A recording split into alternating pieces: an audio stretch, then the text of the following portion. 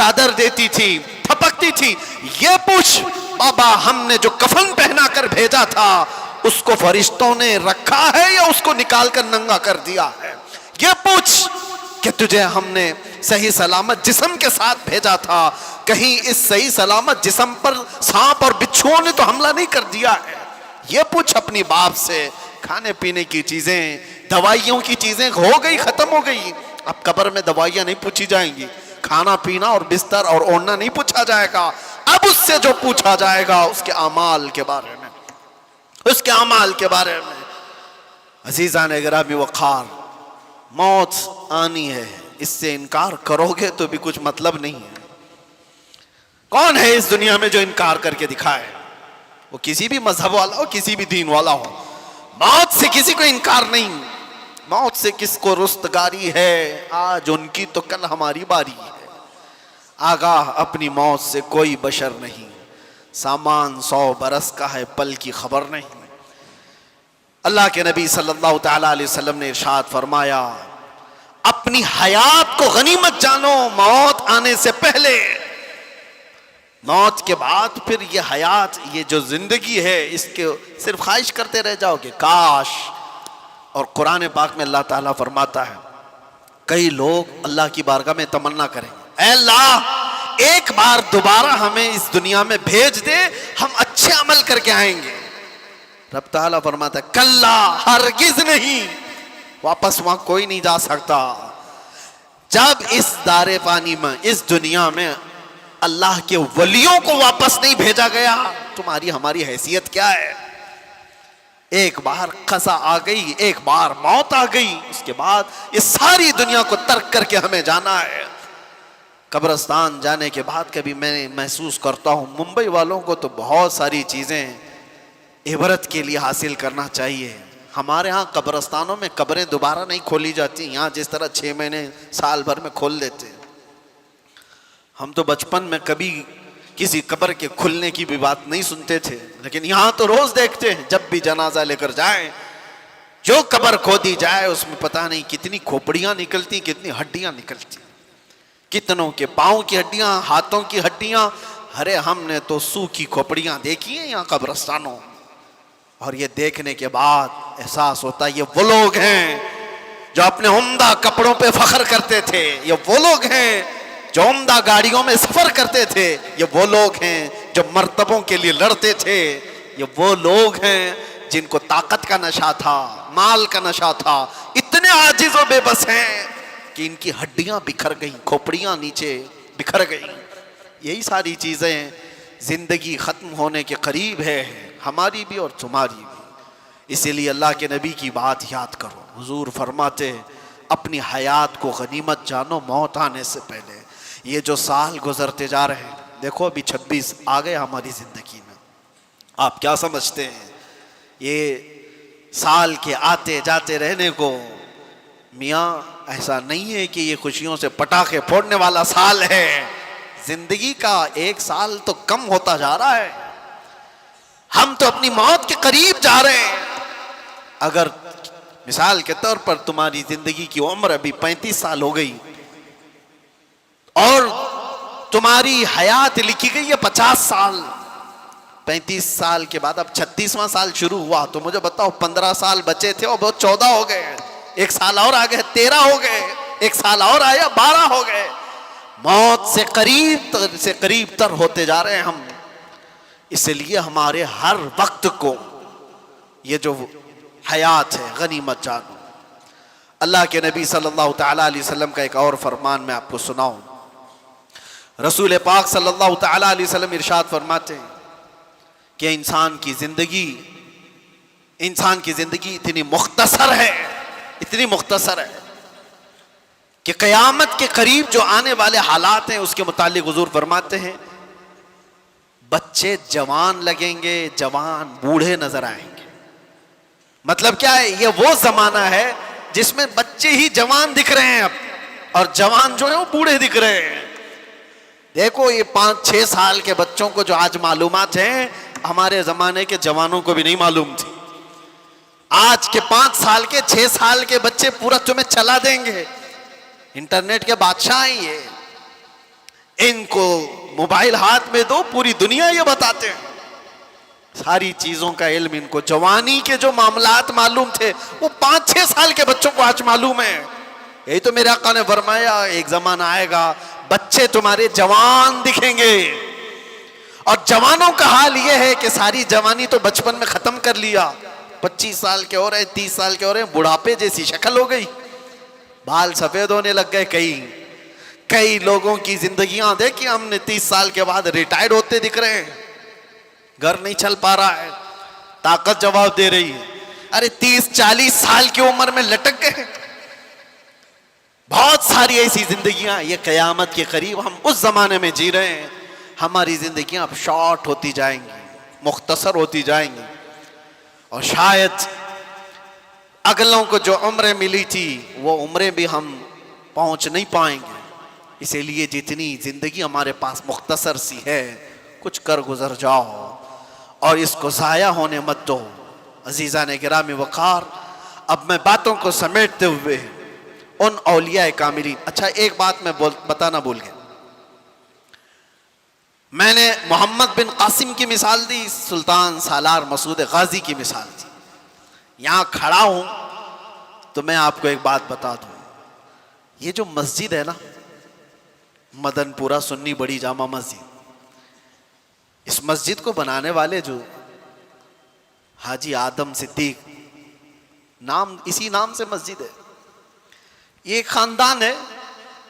میں ان کی پوری تفصیلات میں نہیں جاتے ہوئے ایک بات کہتا ہوں، سابو صدیق صاحب کا نام سنا ہوگا، ان کے نام سے ہاسپٹل بھی ہے، مسافر خانہ بھی ہے، ہو سکتا ہے آپ نے دیکھا ہو یا سنا ہو، بڑا مسافر خانہ ہے، بڑا ہاسپٹل ہے، اچھا، اور ممبئی جیسے شہر، اور تقریباً ان کی زندگی میں ایسی 3 بڑی مسجدیں ہیں۔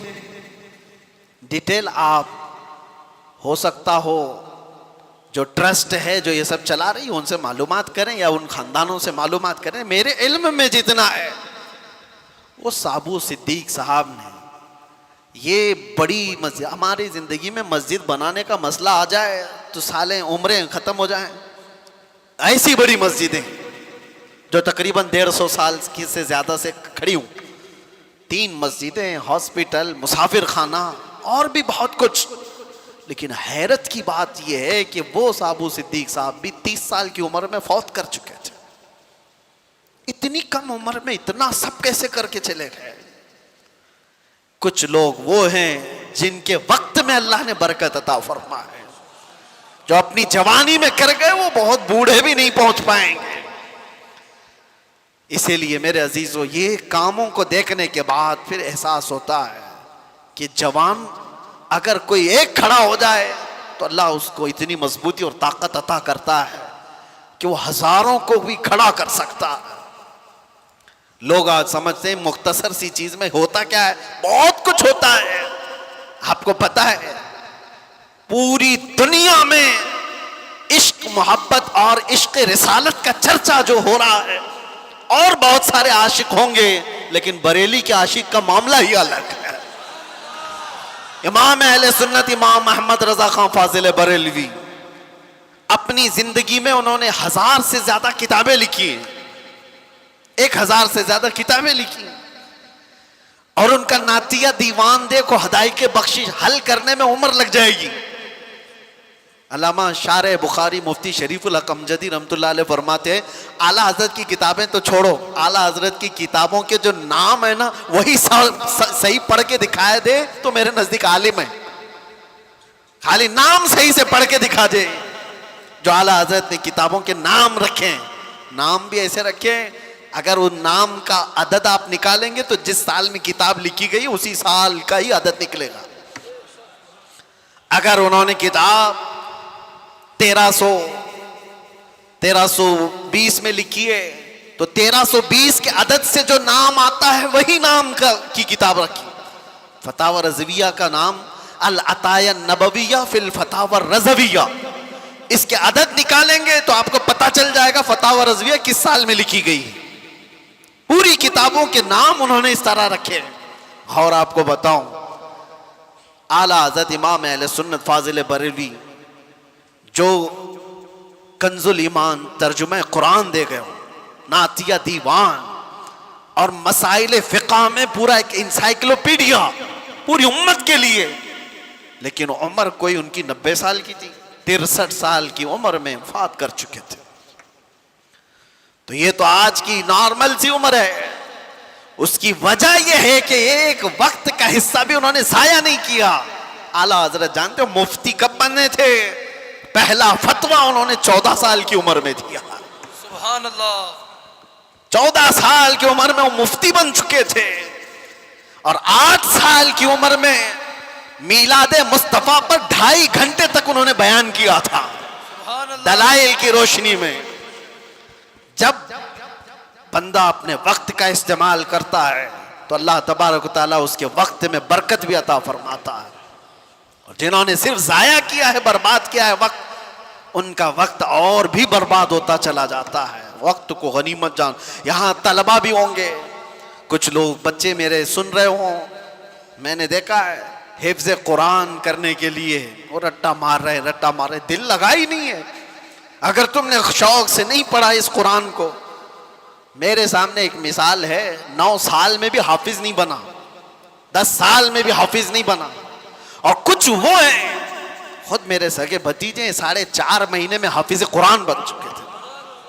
قرآن اللہ تبارک و تعالیٰ جو تمہیں عطا کیا ہے، ان طلبہ سے بھی میں کہہ رہا ہوں وقت ضائع کیے جا رہے ہو. 3 سال 5 سال ہو گئے، تمہیں کیوں احساس نہیں ہوتا کہ بہت جلدی تمہاری عمر بڑھتی جا رہی ہے؟ کتنے ایسے میرے اپنے زمانے میں دیکھا، تعلیم کو چھوڑ دیا، پوچھنے پر یہ بتایا کہ شادی کی عمر ہو گئی، اب کیا پڑھیں گے. کہا پھر اتنے سال ضائع کیوں کیے کہ شادی کی عمر آ گئی تمہاری؟ جلدی جلدی پڑھ لیتے، بہت کچھ حاصل کر لیتے. طلباء سے بھی میں کہتا ہوں وقت گزارتے ہوئے، ٹائم پاس کرتے ہوئے اپنے مدارس میں اسی طرح سے رہو گے تو کچھ نہیں بن پاؤ گے. اپنے وقت کو غنیمت جانو، ٹارگٹ سیٹ کرو. مجھے 2 سال میں یہ کرنا ہے تو مکمل کرنا ہے، مجھے 5 سال میں پورا عالم بننا ہے تو بن کر نکلنا ہے. اپنی زندگی کے اوقات کو جب تک آپ متعین نہیں کرو گے تب تک پھر آپ کا یہ وقت آپ کو کھاتا جائے گا.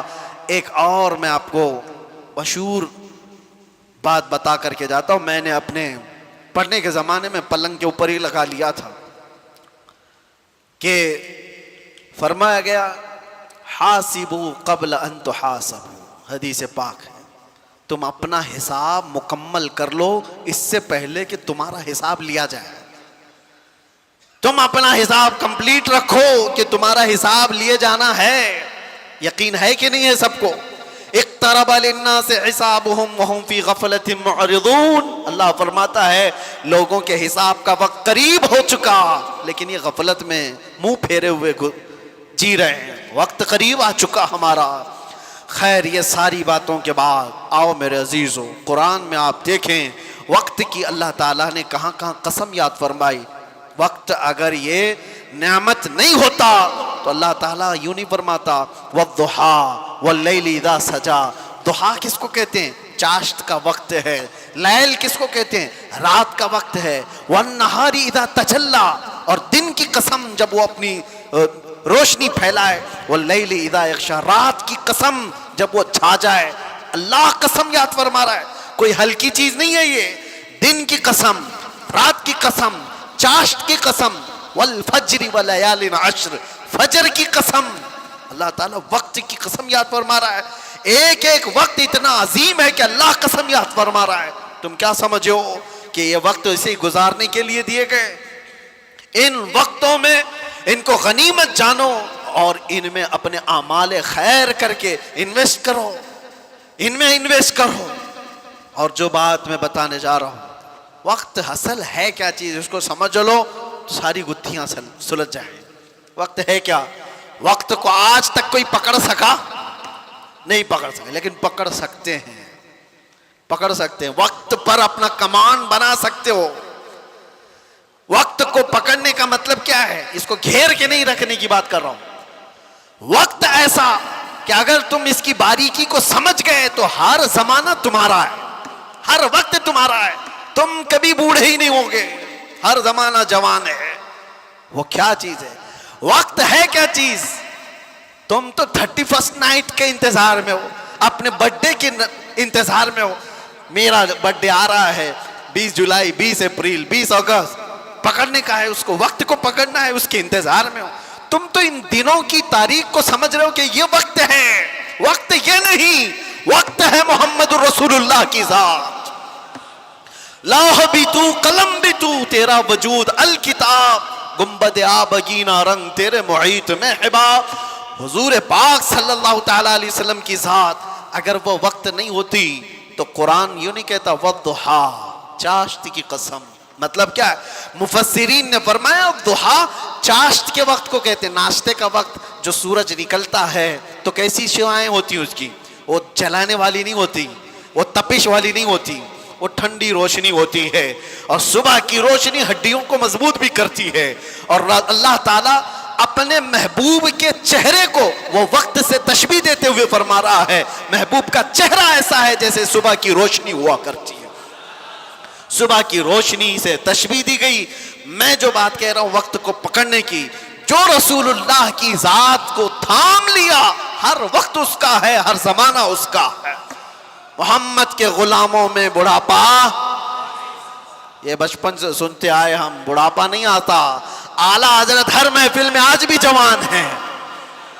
وجہ کیا ہے؟ وقت کی نبض کو پکڑے ہوئے اعلیٰ حضرت وہ بات کرتے تھے محمد رسول اللہ کی, وہ بات کرتے تھے روح کائنات کی. انہیں پتا تھا کائنات کا پورا وقت ہی رسول اللہ ہے. یہی تو بات ہے میرے عزیزوں, وقت کسی سے تھما نہیں اور تھم بھی نہیں سکتا. لیکن آپ کو پتا ہے اسی مہینے میں ایک رات آنے والی ہے جس کو ہم لیلۃ الاسراء والمعراج کہتے ہیں. شب معراج آنے والی, ہم رجب کے مہینے میں ہیں. اس مہینے کی ایک رات 26ویں رجب اور 27ویں شب کیا ہوا تھا؟ مصطفیٰ کریم صلی اللہ تعالی علیہ وسلم کی معراج کا وہ واقعہ ہر سال سنتے ہو. ہوا کیا تھا؟ حدیثوں کی روشنی میں جبرائیل امین آئے, مصطفیٰ کریم صلی اللہ تعالی علیہ وسلم کو مکہ مکرمہ سے حرم کعبہ تک لے گئے, حرم سے اس کے بعد مسجد اقصیٰ لے گئے. یہاں تک کا تو واقعہ قرآن بیان کر رہا ہے, سبحان الذی اسریٰ بعبدہ لیلا من المسجد الحرام الی المسجد الاقصیٰ. پاک ہے وہ ذات جس نے اپنے بندے خاص کو مسجد حرم سے مسجد اقصیٰ تک لے گیا. اور اس کے بعد ہوا کیا؟ سارے نبیوں کی امامت فرمائی, سارے نبیوں نے میرے آقا کے قصیدے پڑھے. پھر اس کے بعد سفر ہوا, پہلے آسمان, دوسرے آسمان, تیسرے, چوتھے, پانچویں, چھٹے, ساتویں آسمان. ہر آسمان پر ایک ایک نبی سے ملاقات. واقعہ پتہ ہے؟ سنو توجہ سے, میرے آقا صلی اللہ تعالی علیہ وسلم اس کے بعد عرش, کرسی, لوح, قلم, جنت, دوزخ سب کے مناظر ملاحظہ فرمائے. سدرۃ المنتہا پر گئے. اس کے بعد جبرائیل امین وہی رک گئے, آقا آگے گئے صلی اللہ تعالی علیہ وسلم. اب اس جگہ کا سفر کی جس جگہ کا نام ہی نہیں, لامکان, اس کو جگہ بھی نہیں کہہ سکتے. جگہ وہ ہے جو کائنات کے اندر میں, وہ لامکان, مکہ ہی نہیں, اور اس میں سمت بھی نہیں, نہ پورب, نہ پچھم, نہ دکھن, نہ اتر, کچھ نہیں. یہ تو وہاں ہے جہاں سورج نکلتا ہے. اور اس جگہ میرے آقا گئے جہاں سورج نہیں, چاند نہیں, اس کے آگے پہنچ.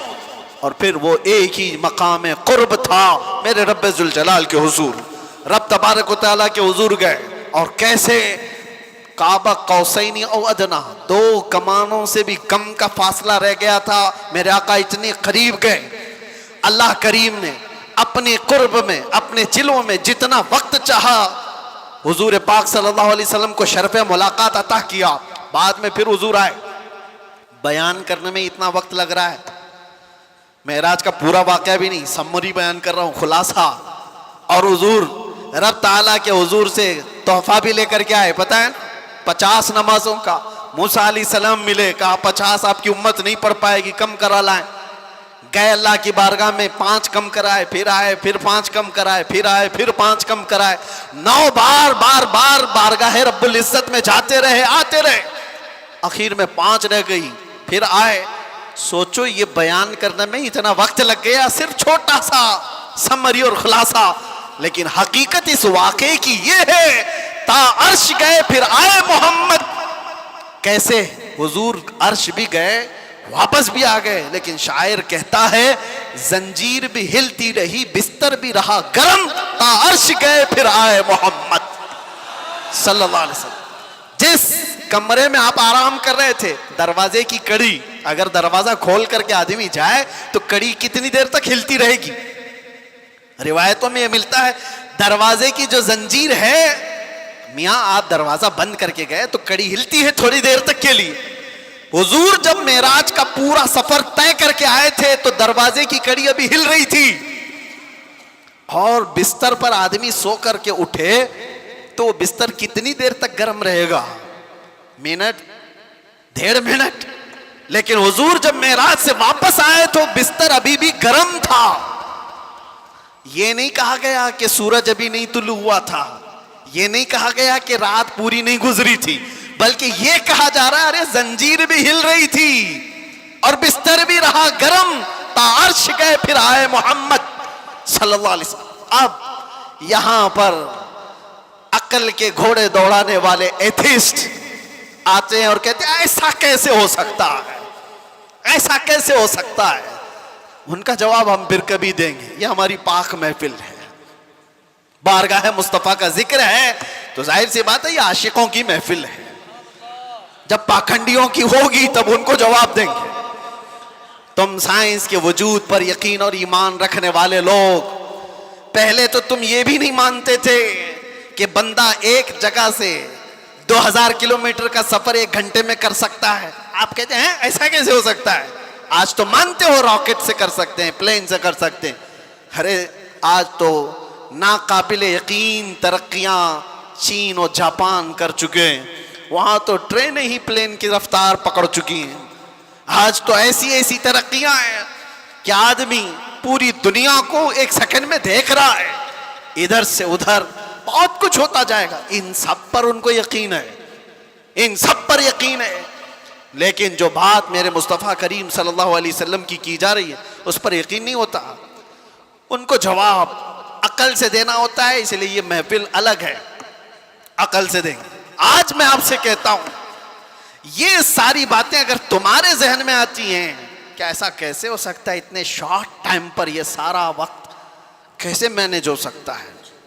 بعض لوگ اس کو ٹائم ٹریول بھی کہتے ہیں, یعنی وقت کو گھیر دینا اور بہت کچھ کام ہو جانا.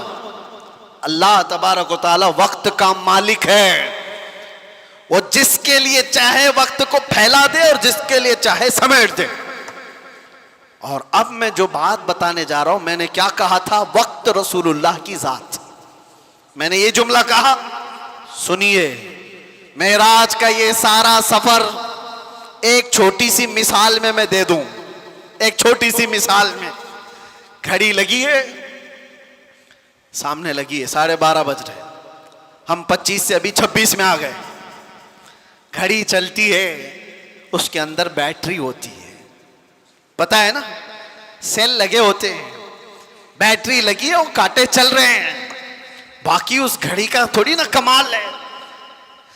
اس گھڑی سے ابھی 12:30 بج رہے ہیں, کوئی اتار کر کے میرے پاس دے دے, میں اس کی بیٹری نکال لوں اور اپنے پاس رکھ لوں. اس میں 12:30 سے 1 منٹ بھی آگے جائے گا, گھڑی وہیں رکے گی. ٹھیک ہے, میں اس بیٹری کو 1 گھنٹہ 2 گھنٹہ 4 گھنٹہ 6 گھنٹہ اپنے پاس رکھوں. 6 گھنٹے کے بعد میں نے واپس اس گھڑی میں بیٹری ڈال دی. گھڑی کیا 6 گھنٹے آگے سے چلے گی یا جہاں رکی تھی وہیں سے چلے گی؟ 12:30 جہاں بجے تھے وہیں سے چلے گی. ایک چھوٹی سی مثال ہے. میرے عزیزو, تم کیا سمجھتے ہو؟ مصطفیٰ کی ذات روح کائنات ہے, جان کائنات ہے. مصطفیٰ کی ذات جان کائنات ہے, روح کائنات ہے. معراج کی شب رب تعالیٰ نے روح کائنات کی جان کو اپنے پاس بلایا تھا. اب پتہ نہیں 100 سال رکھا, 200 سال رکھا, 500 سال رکھا, پتہ نہیں ہزاروں سال رکھا, لیکن جان کو جب واپس کائنات میں بھیجا تو وقت جہاں تھما تھا وہیں سے چل پڑا. نعرہ تکبیر, نعرہ رسالت, جشن عید میلاد النبی, لبیک یا رسول اللہ, اسی لیے میں نے کہا وقت رسول اللہ کی ذات ہے، وہ اگر تھم گئے تو کائنات تھم گئی، وہ اگر آ گئے تو کائنات چل پڑی۔ اسی کو ہمارا امام اپنے اشعار میں یوں گنگناتے ہوئے کہتا ہے، وہ جو نہ تھے تو اور وہ جو نہ ہو تو، جان ہے وہ جہان کی، جان ہے وہ جہان کی، جان ہے وہ جہان کی، اور جان ہے تو جہان ہے، جان ہے تو ہاں، اگر وہ نہ ہو تو پھر کچھ نہ ہو۔ اس لیے میرے عزیزو، وہ ذات اقدس کائنات کا وقت ہے۔ اسی لیے ہم نے دیکھا جو رسول اللہ کو تھام لیا وہ پورے وقت کا بادشاہ ہو گیا۔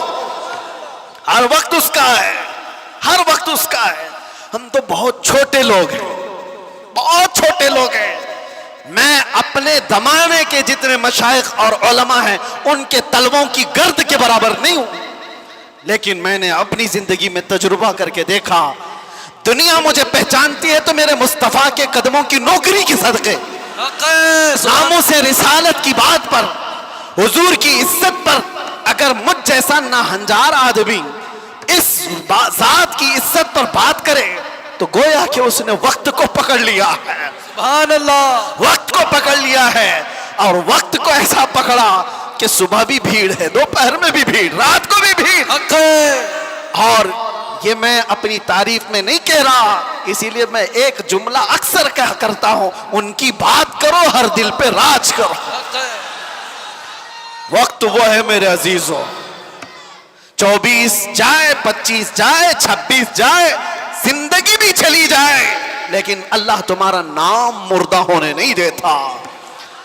ہاں ایک بات یاد رکھ لو، جو پٹاخے اڑانے والے تھے ان کی بھی اڑ گئی، اور جو میرے مصطفیٰ کا پرچم بلند کرتے رہے دنیا ان کو 1000 ٹکڑوں میں بھی کاٹ دے، لیکن ان کا نام اللہ تعالیٰ بچے بچے کی زبان پر زندہ رکھتا ہے۔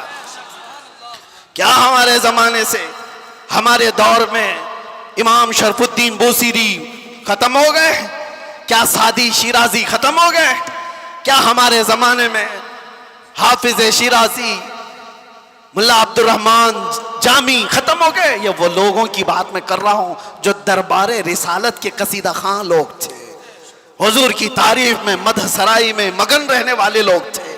اسی لیے میرے عزیزوں، میں ایک بات کہتا ہوں، میرے آنے سے پہلے مجھے اصلاح کے لیے بھی کرنا تھا۔ ظاہر سی بات ہے ہمارا پورا جلسہ ریکارڈ ہوگا، کل کو اس کو اپلوڈ کریں گے کہ کلپ کاٹیں گے، لوگ اس پر اعتراضات کی بوچھار اور اس پر اپنا تماشا الگ، جو کچھ بھی ہوتا ہے۔ لیکن وضاحت کے ساتھ کہتا ہوں، ناظم صاحب آپ نے مجھے بلانے سے پہلے بہت سارا وقت برباد کیا ہے، اس وجہ سے کہ ہم نہیں ہیں اس محفل کی تعریف کرنے کے لائق۔ اتنا وقت اگر میرے مصطفیٰ کی تعریف کرتے تو رحمت کے فرشتے اتر رہے ہوتے۔ شیخ سبحان اللہ، بارگاہ مصطفیٰ میں لبیک لبیک لبیک یا رسول اللہ، لبیک لبیک لبیک یا رسول اللہ، لبیک لبیک لبیک یا رسول اللہ، لبیک لبیک لبیک یا رسول اللہ، لبیک یا رسول اللہ۔ بارگاہ رب العزت میں دعا یہی ہے کہ رب تبارک و تعالی ایرے غیرے نتو کھیرے کے لیے زبان کھلنے سے بچائے۔ اعلیٰ حضرت کے پاس نان پارا کے رہنے والے صاحب آئے تھے اور یہ کہتے ہوئے کہ ہمارے نان پارا کے جو نواب صاحب ہیں ان کی شان میں جب کوئی شاعر شعر پڑھتا ہے تو خوب نذرانے دیتے ہیں۔ شاعر لوگوں کا حال یہی ہے، اور قرآن نے ان کو کہا ہے وَالشُّعَرَاءُ يَتَّبِعُهُمُ الْغَاوُونَ، اکثر شاعر تو گمراہی کی وادی میں گر جاتے ہیں، اکثر شاعر۔ لیکن بارگاہ مصطفیٰ کے شاعروں کی بات نہیں ہے، یہ دنیا کی مدح سرائی۔ میں اس لیے کہہ رہا ہوں، میاں آپ برا نہ سمجھے، بہت سارے ناظم کا مطلب سمجھتے ہو، اناؤنسر جو ہم کو بلانے کے لیے بھی ہوتے ہیں، اس کی ضرورت بھی نہیں محسوس ہوتی، کون نہیں پہچانتا ہم کو، سیدھے آپ میرا نام لے کر پکارتے، ویسے بھی یہ لوگ نعرے لگاتے۔ نہ ہم کو آسمان پر چڑھانے کی ضرورت اور اس کے بعد پھر گرانے کی ضرورت۔ دنیا پہچانتی ہے تو وقت مختصر نام لے، ہم تو اپنے القابات کے بھی قائل نہیں ہیں۔ میں کہہ رہا ہوں اعلیٰ حضرت کے پاس صاحب آئے اور انہوں نے کہا کہ آپ بہت اچھے شاعر ہیں مولانا احمد رضا خان، ایک منقبت یا ایک نظم ہمارے نواب صاحب کے لیے بھی لکھ دیجئے، میں جا کر کے سناؤں گا تو بڑے نذرانے ملیں گے۔ اعلیٰ حضرت قلم کے بادشاہ، ارے میاں اللہ نے وہ دولت عطا کی تھی، وہ دولت عطا کی تھی۔ محسن کاکوروی صاحب ایک بڑے شاعر تھے، اعلیٰ حضرت کے پاس وہ ایک قصیدہ لکھ کر کے لائے تھے۔ کس چیز کا قصیدہ؟ معراج کا قصیدہ، حضور کے معراج کا قصیدہ، اس میں کاشی، گنگا جل سب کا ذکر تھا۔ انہوں نے استعارہ کے طور پر اشعار لکھے تھے، کاشی سے چلا جانب متھرا، اس طرح کے اشعار۔ اعلیٰ حضرت نے 2 شعر سنے، اس کے بعد کہا محسن صاحب رکیے، عصر کا وقت ہو گیا، نماز کے لیے جائیں۔ عصر کی سنتیں پڑھی، اب سنت اور فرض کے بیچ میں کتنا وقت رہتا ہے؟ عصر کی سنت اور فرض کے بیچ میں اتنے ہی وقت میں قصیدہ معراج اعلیٰ حضرت نے لکھ لیا، سبحان اللہ۔ اور عصر کی فرض نماز کے بعد آئے اور کہا کہاں ہے کاکوروی صاحب، سنیے میں نے بھی لکھا ہے۔ محسن صاحب نے کہا آپ نے کب لکھا؟ کہا عصر کی سنت اور فرض کے بیچ جو وقت ملا تھا اس میں میرے ذہن میں جتنے آئے میں سنا دوں۔ سنانے لگے، وہ سرور کشور رسالت جو عرش پر جلوگر ہوئے تھے، نئے نرالے طرب کے ساما عرب کے مہمان کے لیے تھے، ضیائیں کچھ عرش پر آئیں کہ قندیلیں سب جھلملائیں، حضور خورشید کیا چمکتے، چراغ منہ اپنا دیکھتے تھے۔ پورے معراج کا واقعہ کیسے لکھا؟ وہی ہے اول، وہی ہے آخر، وہی ہے ظاہر، وہی ہے باطن۔ حضور کے بارے میں کیا کہتے ہیں؟ وہی ہے اول، وہی ہے آخر، وہی ہے ظاہر، وہی ہے باطن۔ اب سنو پورے معراج کا واقعہ۔ اعلیٰ حضرت کہتے ہیں اسی کے جلوے، اسی سے ملنے، اسی سے اس کی طرف گئے تھے۔ سبحان اللہ۔ اسی کے جلوے، اسی سے ملنے، اسی سے اس کی طرف گئے تھے۔ پورے اشعار سنتے رہے کاکوروی صاحب، ختم ہی نہیں ہو رہے ہیں۔ اعلیٰ حضرت نے جانتے ہو یہ قصیدہ معراج 4 شعر، 6 شعر، 8 شعر کا نہیں، پورے 168 اشعار لکھ دیے تھے۔ سبحان اللہ۔ جس کو قادر الکلامی اتنی ہو، جس کو اللہ تعالیٰ نے زندہ باد، زندہ باد اعلیٰ حضرت، جس کو اللہ تعالیٰ نے اتنی قادر الکلامی عطا کی ہے اشعار کی زبان پر، تو وہ جب قلم چلائے تو کیا نہیں کہہ سکتا۔ نان پارا والے صاحب سے بھی کہا ٹھیک ہے قلم چلاتا ہوں، وہ نواب صاحب کی شان میں لکھوانے آئے تھے، بریلی کا امام لکھنے لگ گیا وہ کمال حسن حضور ہے سبحان کہ اللہ۔ گمان نقص جہاں نہیں، یہی پھول خار سے دور ہے، یہی شمع ہے کہ دھواں نہیں، یا رسول اللہ تیرے آگے یوں ہیں دبے لچے فصحا عرب کے بڑے بڑے، کوئی جان منہ میں زباں نہیں بلکہ جسم میں جان نہیں، کروں تیرے نام پہ جان فدا، نہ بس ایک جان 2 جہاں فدا، 2 جہاں سے بھی نہیں جی بھرا، ارے کروں کیا کروڑوں جہاں نہیں۔ سبحان اللہ۔ اعلیٰ حضرت لکھتے گئے کس کی شان میں؟ بارگاہ مصطفیٰ میں۔ آپ کو پتا ہے ایک شعر کی تشریح کرنے میں 4 گھنٹے لگ سکتے ہیں، وہ کمال حسن حضور ہے۔ اعلیٰ حضرت کہتے ہیں حضور کا حسن ایسے کمال کا ہے کہ گمان نقص جہاں نہیں، یعنی برائی کا گمان بھی جس میں نہیں ہے، ایسا حسن ہے، یہی پھول خار سے دور ہے۔ ویسے تو تم جھوم جا رہے ہو، سمجھے کہ نہیں کیا پتا، یہی پھول خار سے دور ہے۔ اعلیٰ حضرت کہتے ہیں ارے حضور کی ذات یہ ایسا پھول ہے جس میں کانٹا ہی نہیں، حق ہے۔ یہی پھول خار سے دور ہے، اور جو بھی چراغ دیکھو دھواں دیتا ہے کہ نہیں دیتا، اور اعلیٰ حضرت کہتے ہیں یہی وہ شمع ہے کہ دھواں نہیں، واہ واہ واہ، سبحان اللہ، سبحان اللہ۔ دھواں تکلیف پہنچاتا ہے، اور میرے آقا کی شمع ایسی ہے یا دھواں نہیں نکلتا، پروانے آ کر جان دیتے ہیں، سبحان اللہ۔ یہی شمع ہے کہ دھواں نہیں۔ آخر میں جا کر اعلیٰ حضرت نے کیا کہا؟ کرو مدح اہل دول رضا۔ اہل دول کس کو کہتے ہیں؟ دولت والوں کو، دولت والے، دنیا والے۔ اعلیٰ حضرت کہہ رہے ہیں کرو مدح، یعنی تعریف کروں دولت والوں کی۔ ارے پڑے اس بلا میں میری بلا، جی جی، میں کہاں اس بلا میں، اس کو ہم کیا کہتے ہیں؟ چاٹو گیری، جی، تلوا چاٹنا، اور لوگوں کی چاپلوسی، اس میں تو کتنوں کی زندگیاں ختم ہو گئی۔ 40 سال لوگ بیگ اٹھاتے گھومتے رہ گئے نیتاؤں کے، اور ابھی سنا ٹکٹ نہیں ملا تو آتم ہتیا کرنے کی کوشش کر رہے ہیں. یہی تو ہوگا. بہت ساری چیزیں ہیں, میں اس پر نہیں جا رہا ہوں. دنیا ایسی ہے, یہ کتوں کی طرح ہے. اللہ کے نبی نے فرمایا, کتا لفظ سنتے ہی لوگ ڈر جاتے ہیں. حضور نے فرمایا دنیا جیفتن و طالب الکلاب, دنیا مردار ہے, اس کے طلب کرنے والے سب کتے کی طرح ہیں. اب ایک دوسرے, کتا ایک ہی جانور ایسا ہے جو پورا کھانا چاہتا ہے, کسی دوسرے کتے کو لینا بھی نہیں چاہتا, کھا بھی نہیں سکتا. چیل ہے, کوے ہے, گدھ ہے, سب مردار کھاتے ہیں لیکن وہ پوری برادری کو لے کے کھاتے ہیں. کتا ایک ایسا ہے جو دوسرے کتے کو دیکھتا ہے تو بھونکنے لگتا ہے. خیر, اس کی مثال یہ ساری وہی ہے. اعلیٰ حضرت فرماتے ہیں پڑے اس بلا میں میری بلا. آخر میں جو دام بہت بڑا وزن کا شعر ہے, فرماتے ہیں میں گدا ہوں اپنے کریم کا, واہ واہ واہ سبحان اللہ. میں گدا ہوں اپنے کریم کا. میرا دین پارے نان نہیں, نان پارا کو بدل کر پارے نان کر دیا. جی جی جی نان پارا تو گاؤں کا نام ہے, جی یو پی میں ہے نا, بہرائچ کے بعد نان پارا. اور پارے نان فارسی میں روٹی کے ٹکڑے کو کہتے ہیں. اعلیٰ حضرت کہتے ہیں میرا دین روٹی کا ٹکڑا نہیں ہے, پیسے کے لیے نہیں لکھتا, مال کے لیے نہیں لکھتا, جو کہتا ہوں میرے مصطفیٰ کی رضا کے لیے کرتا. بے شک. اور اعلیٰ حضرت نے کیا فرمایا ہے میرے عزیزو, جان, دل, ہوش, خرد, یہ چار چیزیں, جان ہے, دل ہے, ہوش ہے, عقل ہے, سب تو مدینے پہنچے.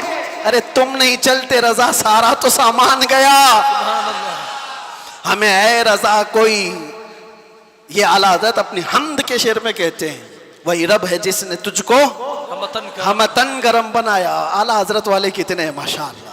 سبحان اللہ. اس زمانے میں آپ اعلیٰ حضرت کے اشعار کو سنتے ہیں اور یاد رکھتے ہیں تو میرے عزیزو تمہاری سنیت کہیں نہیں جانے والا, حق ہے. سبحان اللہ. کہیں نہیں جائے گی انشاءاللہ, کیونکہ اعلیٰ حضرت کے اشعار تعویذ کا کام کرتے ہیں. جی ہاں, سنیت کی حفاظت ہے, سنیت کی حفاظت ہے. اعلیٰ حضرت کیا فرماتے ہیں, میں تو وہ عقیدے کے متعلق جو اشعار ہے وہ پڑھا نہیں, صرف یہ کہہ رہا ہوں, وہ اپنے دل کا حال بتاتے ہیں. کہتے ہیں ارے اے خدا کے بندو, کوئی میرے دل کو ڈھونڈو, ابھی پاس تھا یہی تو ابھی کیا ہوا خدایا. حضور تاج الشریعہ رحمۃ اللہ تعالیٰ علیہ مرشد گرامی نے اس کی تشریح میں مجھ سے کہا تھا کہ وقت کا جو قطب الارشاد ہوتا ہے, ولیوں میں ایک مقام ہے قطب الارشاد, اس کا معاملہ یہ ہوتا ہے کہ وہ اپنے زمانے کے اولیاء کو جو حکم دے وہ سارے اولیاء کو ماننا پڑتا ہے. اور اعلیٰ حضرت کا مقام قطب الارشاد کا تھا, اپنے زمانے کے جتنے قطب ہیں ان کا سردار, ان اولیاء کا لیڈر, جو حکم دے وہ سارے لوگ کریں گے. تو اعلیٰ حضرت نے ایک بار حکم کیا دیا تھا پتہ ہے, زمانے کے سارے اولیاء کو کہا میرا دل ڈھونڈ کے لاؤ. واہ واہ واہ واہ سبحان. ارے خدا کے بندو, کوئی میرا دل ڈھونڈو تو ڈھونڈو, ابھی پاس تھا یہی تو ابھی کیا ہوا خدایا. وہ دل نہیں ہے جو گوشت کا لوتھڑا ہے, دل کچھ اور ہے جس کو اعلیٰ حضرت کہتے ہیں دل ہے وہ دل جو تیری یاد سے معمور رہا. سبحان اللہ. سر ہے وہ سر جو تیرے نام پہ قربان گیا, وہ دل ہے. اعلیٰ حضرت کہتے ہیں دل ڈھونڈ کے لاؤ, کہاں ہے, ابھی پاس تھا یہی تو ابھی کیا ہوا خدایا. نہ کوئی گیا نہ آیا, تجھے حمد ہے خدایا. سارے اولیاء ڈھونڈنے پہ لگ گئے, سارے اقطاب جمع ہو گئے, امام وقت کا دل ڈھونڈو, ڈھونڈ لیا انہوں نے, اور واپس آئے بارگاہ اعلیٰ حضرت میں کہا. اس کو بھی اعلیٰ حضرت نے شعر میں کہا. انہوں نے کیا کہا جواب میں, ہمیں اے رضا تیرے دل کا پتہ چلا بمشکل. سبحان اللہ. ہمیں اے رضا تیرے دل کا پتہ چلا بمشکل, ارے در روزہ کے مقابل وہ ہمیں نظر تو آیا. سبحان اللہ. ادھر ادھر نہیں. نعرہ تکبیر, نعرہ رسالت, علماء اہل سنت, عشق محبت, عشق محبت, پیار محبت, پیار محبت. نعرہ تکبیر, نعرہ رسالت. سبحان اللہ. ہمیں اے رضا تیرے دل کا پتہ چلا بمشکل, در روزہ کے مقابل وہ ہمیں نظر تو آیا. پھر وہ اولیاء یہ بھی کہتے ہیں یہ نہ پوچھ کیسے پایا تجھے حمد ہے خدایا، دل جس کا وہاں لگ گیا اور جس نے تھام لیا ہے دربار رسالت کی اس چوکٹ کو، تو پھر دیکھو وقت کا کیسا بادشاہ ہے۔ زمانہ بیتتا چلا گیا، وقت گزرتا چلا گیا، اعلیٰ حضرت کو دنیا سے گئے 100 سال کا عرصہ ہو گیا۔ جانتے ہیں آپ 1921 میں آپ کی وفات ہوئی، اب 2025 آ گئے، 4 سال ہو گئے، لگتا نہیں ہے ہم نے نہیں دیکھا، ہمارے باپ نے نہیں دیکھا، ہو سکتا ہے تیسری پیڑھی میں جا کر لوگوں نے دیکھا ہو، لیکن مجموع میں ایسا زندہ ہے جیسے آج کا جوان بھی زندہ نہیں۔ بے شک کیوں؟ وقت کو تھامی ہوئی ذات ہے، وقت وہ ہے جو رسول اللہ کے ساتھ ان کے دامن کے ساتھ وابستہ ہو گیا۔ اسی لیے میرے عزیزوں میں نے شروع میں ایک بڑا جملہ کہا تھا، وقت پر کمانڈ حاصل کر سکتے ہو، کنٹرول کر سکتے ہو، کیسے؟ صرف ایک ہی ذریعے سے، انہیں جانا، انہیں مانا، نہ رکھا غیر سے کام، للہ الحمد میں دنیا سے مسلمان گیا۔ یاد رکھو حضور کو جو جانا اور جو مانا وہ دنیا کے وقت پر کمانڈ حاصل کر چکا ہے، وہ وقت کی نبض کو پکڑ چکا ہے۔ ارے وقت ہی نہیں، چیزوں پر بھی وہ کمانڈ حاصل کر چکا ہے۔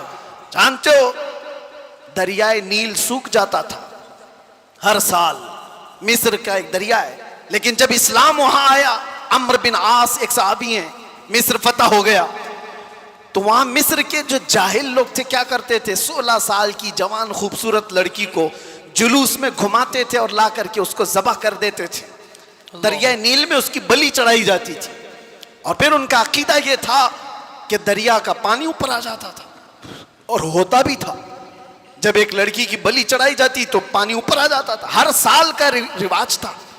لیکن جب اسلام آیا، دریا سوکھنے لگا، تو لوگوں نے آ کر کے عمرو بن عاص رضی اللہ عنہ سے کہا، ہمارا تو معمول ہے کہ ہم ایک 16 سال کی جوان لڑکی کو جلوس میں لا کر ذبح کرتے ہیں، تب یہ دریا نیل کا پانی موجے مارے گا۔ انہوں نے کہا ہرگز میں تو اس کی اجازت نہیں دے سکتا۔ کہا تو پھر سارے پیاسے مر جائیں گے، پانی کی شدید قلت ہو جائے گی۔ عمرو بن عاص نے جانتے ہو خط لکھا کس کو؟ امیر المومنین عمر ابن خطاب رضی اللہ عنہ، نام سنتے ہی رونگٹے کھڑے ہو جاتے ہیں۔ جی سچ بتاتا ہوں، خط آیا تو آپ نے پڑھ کر کے حالات کا مشاہدہ کیا، پھر کیا کیا جانتے ہو؟ عمر ابن خطاب رضی اللہ تعالیٰ عنہ نے جو حل بتایا وہ بہت الگ ہے۔ 2 خط لکھے، ایک حضرت عمرو بن عاص کو کہ تم نے جو لوگوں سے کہا وہ بالکل صحیح کہا، اسلام اس کی اجازت نہیں دیتا، کسی کی بلی چڑھانا، کسی کی جان لینا، کسی کا خون بہانا، تم نے جو کیا وہ صحیح ہے۔ اور حضرت عمر نے کہا ایک اور خط میں لکھ رہا ہوں دریائے نیل کے نام پہ۔ واہ واہ، آج تک آپ نے سنا کوئی دریا کو بھی خط لکھا ہو؟ سنا ہے؟ ہاں اگر سنا ہو تو صرف محمد عربی کے غلاموں نے کیا ہے۔ بے شک، سبحان اللہ سبحان اللہ۔ آج کے بیٹھے ہوئے 1400 سال بعد کے کتے محمد عربی صلی اللہ تعالی علیہ وسلم کی شریعت کو نوچ کھانے کی کوشش کرتے ہیں، انہیں پتہ بھی نہیں، یہ اسلام کو ایسے انداز میں بیان کر کے لوگوں میں شک و شبہ پیدا کرنے کی کوشش کرتے ہیں۔ یہ اس طرح کے کتنے آئے کتنے چلے گئے، کتنے آئے لوگ آج بیٹھ کر کے اسلام کو ختم کریں گے، مسلمانوں کا قتل کریں گے، کیا کیا۔ آج بھی میں دیکھ رہا تھا پاکھنڈی تلواریں بانٹ رہا ہے، کوئی چاقو چوریاں بانٹ رہا ہے، تم ان کو تلواریں دکھا رہے ہو جو 1400 سال سے کربلا سنتے آ رہے ہیں۔ سبحان اللہ، یہ چیزیں پرانی ہو گئی، پرانی ہو گئی۔ یہ سب چیزوں سے ڈر اور خوف کا ماحول نہیں لا سکتے۔ اسلام تھا، اسلام ہے، اسلام رہے گا۔ میں کہتا ہوں انہوں نے پڑھا نہیں اسلام کو، پڑھا نہیں۔ میرے آقا کے غلاموں نے دنیا کی ریت رواج کو، طوفانوں کی، آندھیوں کے رخ کو کیسے موڑ دیا تھا۔ حضرت عمر ابن خطاب نے دوسرا خط لکھا دریائے نیل کے نام پہ، دریائے نیل کے نام پہ۔ ارے دریا ہے، کیا لکھ رہے ہیں؟ بسم اللہ الرحمن الرحیم۔ اے دریائے نیل، عمر ابن خطاب رسول اللہ کا غلام تجھ سے کہتا ہے اگر تو اپنی مرضی سے بہتا ہے تو تیرے پانی کی ہمیں حاجت نہیں، سے بہتا ہے تو عمر تجھے حکم دیتا ہے کہ ابھی بہ جا۔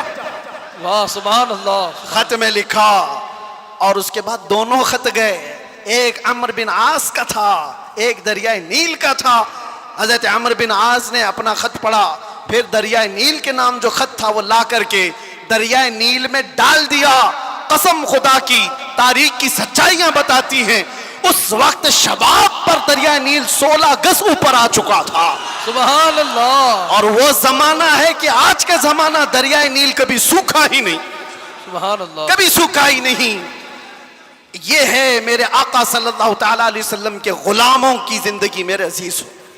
نعرہ تکبیر، نعرہ رسالت، نعرہ رسالت، جشن عید میلاد النبی، علماء اہل سنت، علماء اہل سنت، علماء اہل سنت، نعرہ تکبیر، نعرہ رسالت۔ بیٹھ جائیں آپ لوگ۔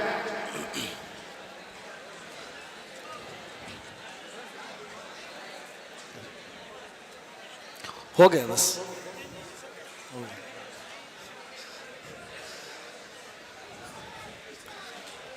درود پاک پڑھ لیں۔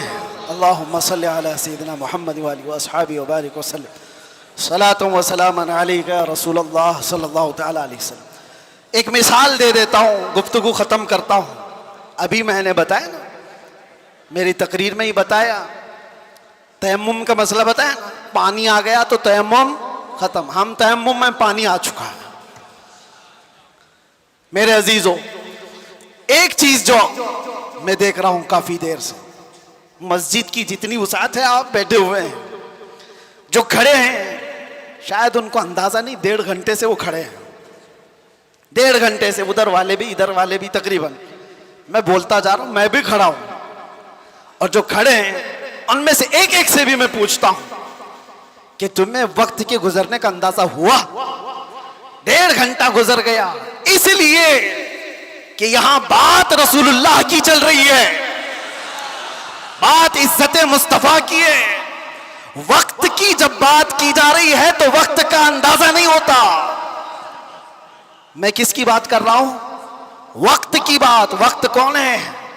رسول اللہ کی ذات، اور اسی کو قرآن کہتا ہے والضحیٰ، کبھی واللیل اور کبھی والعصر۔ جہاں وقت کی قسم یاد کی گئی ہے، مفسرین فرماتے ہیں اس سے مراد ذات رسول ہے، رسول اللہ کی ذات ہے۔ اور میرے آقا صلی اللہ تعالیٰ علیہ وسلم کی ذات کو جس نے تھام لیا، اس نے وقت کو پکڑ لیا ہے، وقت کو پکڑ لیا ہے۔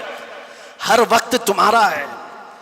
اور ایک بات یہ بھی، جو حضور کی غلامی میں آیا اس نے وقت کو ایسا پکڑا ہے کہ بڑھاپا کبھی نہیں آتا اس کا، وہ ہر زمانے کا جوان ہے، ہر زمانے کا جوان ہے۔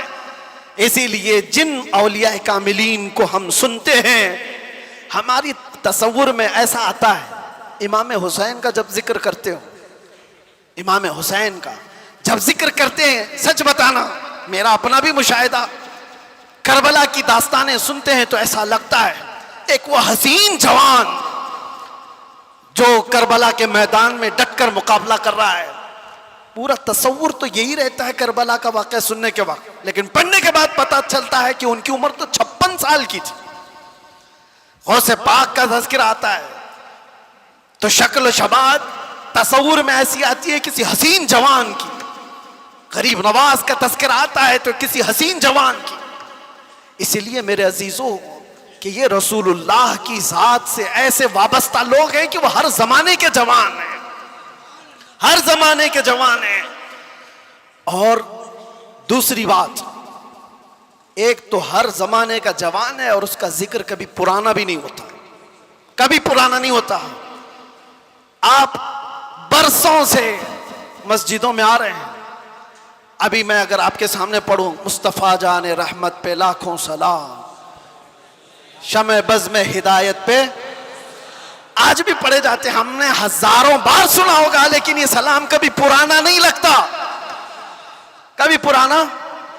اور میں نے اپنی تقریروں میں کتنی بار اعلیٰ حضرت کے ان اشعار کو تلاوت کے طور پر پڑھا ہوگا۔ اعلیٰ حضرت فرماتے ہیں بجھ گئی جس کے آگے سبھی مشالیں، شمع وہ لے کر آیا سارے اچھوں میں اچھا، سمجھیے جسے ہے اس اچھے سے اچھا، سارے اونچوں میں اونچا سمجھیے جسے ہے اس اونچے سے اونچا. ارے کون دیتا ہے دینے کو منہ چاہیے, دینے والا ہے سچا. یہ وہ اشعار ہیں ہم بار بار پڑھتے ہیں. مزہ تمہیں کیوں آ رہا ہے؟ دنیا گانے سنتی ہے جب تک اس کا زمانہ ہوتا ہے. زمانہ پرانا ہو جائے تو نئے گانوں کی دھن تلاش کرتی ہے دنیا. لیکن بارگاہ مصطفیٰ کی مدح سرائی ایسی ہے, ابھی میں اگر کہوں وَأَحْسَنُ مِنْكَ لَمْ تَرَ قَطُّ عَيْنِي وَأَجْمَلُ مِنْكَ لَمْ تَلِدِ النِّسَاءُ خُلِقْتَ مُبَرَّأً مِنْ كُلِّ عَيْبٍ كَأَنَّكَ قَدْ خُلِقْتَ كَمَا تَشَاءُ. عربی کے اشعار ہیں. کس نے کہا تھا؟ حسان بن ثابت نے. کب کہا تھا؟ 1400 سال پہلے. کیا کہا تھا؟ یا رسول اللہ آپ سے زیادہ حسن والا میری آنکھوں نے دیکھا ہی نہیں. سبحان اللہ. دیکھا نہیں, ہو سکتا ہے کہیں ہوگا, تم نے نہیں دیکھا. سوال یہ ہے نا, تم نے نہیں دیکھا ہوگا, کہیں اور ہوگا. دوسرے شعر میں حسان بن ثابت نے کہا وَأَجْمَلُ مِنْكَ لَمْ تَلِدِ النِّسَاءُ. ایسا نہیں کہ میں نے نہیں دیکھا, آپ سے زیادہ حسن والا کسی ماں نے جنا ہی نہیں. سبحان اللہ. یہ اشعار پرانے لگتے ہیں, بار بار پڑھے جاتے ہیں. بلغ العلا بکمالہ کشف الدجا بجمالہ حسنت جمیع خصالہ صلو علیہ. جو مدح سرائی کیا میرے آقا کی, اس نے وقت کی نبض کو پکڑا ہے, وقت کو تھام لیا ہے, اور وقت ہر زمانے کا اس کا ہے, اس کا وقت ہے. اگر کوئی ہم سے آ کر کے پوچھے غریب نواز کا کون سا وقت تھا, ہم کہیں گے نادان 800 سال پہلے نہیں, ابھی ان کا ہی وقت ہے. سبحان اللہ. ہے یا نہیں؟ آج بھی ان کا ہی وقت ہے. کوئی اگر کہے 800 سال پہلے کے تھے, 700 سال پہلے کے تھے, نہیں, وہ راجے مہاراجاؤں کی تاریخ میں کہا جاتا ہے اتنے پہلے کے تھے. غریب نواز تو آج بھی ہیں. اسی لیے کربلا کے واقعے کو سمیٹتے ہوئے ایک شعر جو مشہور ہے فارسی کا, کیا کہا جاتا ہے؟ شاہ است حسین. فارسی آتی ہے؟ نہیں آتی, لیکن شعر یاد ہے. شاہ است حسین کا مطلب کیا ہے؟ فارسی میں سمجھا دیتا ہوں. فارسی میں است اور بود دو لفظ ہیں. است کا مطلب ہے, بود کا مطلب تھا. سمجھ میں آ رہا ہے؟ است کا مطلب ہے اور بود کا مطلب. شعر دیکھو آپ, شاہ است حسین, بادشاہ ہے حسین. یا یہ کہا جا سکتا تھا شاہ بود حسین, بادشاہ تھا حسین. نہیں, وہ بادشاہ کوئی اور تھا ہوگا, لیکن حسین بادشاہ. شاہ است حسین بادشاہ. است کا لفظ آیا ہے. شعر کہنے والے نے یہی کہا کہ بادشاہ ہے. ایک تو شاہ ہے اور ایک بادشاہ ہے, دونوں میں فرق ہے. شاہ سلطان کو کہتے ہیں, بادشاہ سلطان بنانے والے کو کہتے ہیں. دونوں ہے حسین. است کا لفظ بتا رہا ہے کہ وہ ہمیشہ, ہر زمانہ اس کا ہے, ہر وقت اس کا ہے.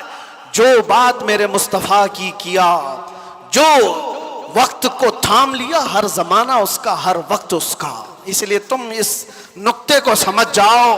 اور اسی لیے اخیر میں یہ کہوں گا, اعلیٰ حضرت نے جاتے جاتے ہمیں یہ سمجھایا تھا, جو اس نقطے کو سمجھ جائے گا. ایک گارنٹی آپ کو بتاتا ہوں, ایک گارنٹی. بہت سارے مسلمانوں کو یہ تو خوف ہونا ہی چاہیے. آج ہم ہیں, اللہ نے ہدایت پر رکھا, موت کا کیا پتا کہ کس حالت میں آئے گی.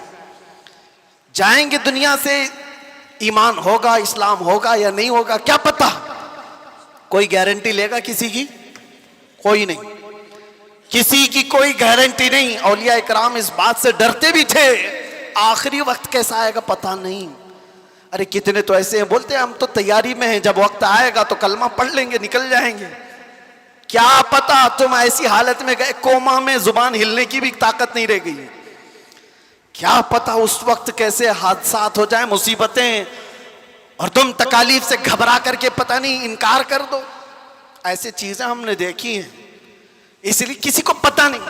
لیکن ایک بات ہے, اعلیٰ حضرت فرماتے ہیں, ایک گارنٹی ہے, دنیا سے تم جب جاؤ گے تو اسلام کے ساتھ جاؤ گے. وہ چیز میں دے کر کے جاتا ہوں, وہ ہے وقت کو تھام لینا. اعلیٰ حضرت فرماتے ہیں ایک چیز ہے, اگر وہ کرتے رہو گے تو دنیا سے ایمان کے ساتھ ہی جاؤ گے. وہ کیا ہے؟ انہیں جانا, انہیں مانا, انہیں جانا, انہیں مانا. نہ رکھا غیر سے کام, ہوگا کیا؟ للہ الحمد میں دنیا سے مسلمان گیا. کیا ہوگا؟ اللہ کا شکر ہے کہ میں دنیا سے مسلمان جاؤں گا۔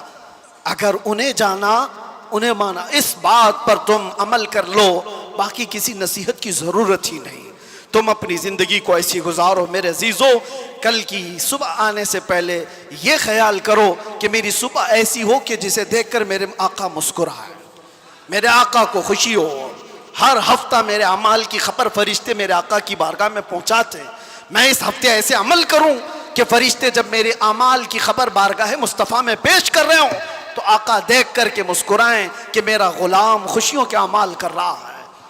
ایسا نہ ہو کہ ان راتوں کو تم نے عیاشیوں میں مبتلا کر رکھا اور تم گناہوں کے اڈوں پر دن و رات بسر کرتے رہے ہو، فرشتے جب جا کر بارگاہ مصطفیٰ میں سنا رہے ہو تو یہ خبریں دے رہے ہو کہ فلاں کا بیٹا یا رسول اللہ رات پوری گناہوں کے اڈوں پر گزارا، رات کی تنہائیوں میں وہ لوگوں سے چھپ کر عیاشیاں کر رہا تھا۔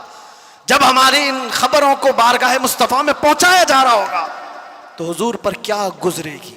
وہ رسول ہے جو اپنی امت کے تلووں میں کانٹا چبھنا بھی گوارا نہیں کرتے۔ جب ہمارے سخت ترین برے اعمال پیش ہوں گے تو میرے آقا پر کیا گزرے گی؟ اس لیے جو اپنے نبی سے محبت کرتا ہے وہ اپنے وقت کو برباد ہونے نہیں دے گا، اپنی زندگی کو اپنے ہاتھوں تباہ و برباد نہیں کرے گا۔ اسی لیے اٹھو، قوت عشق سے ہر پست کو بالا کر دو، دہر میں نام محمد سے اجالا کر دو۔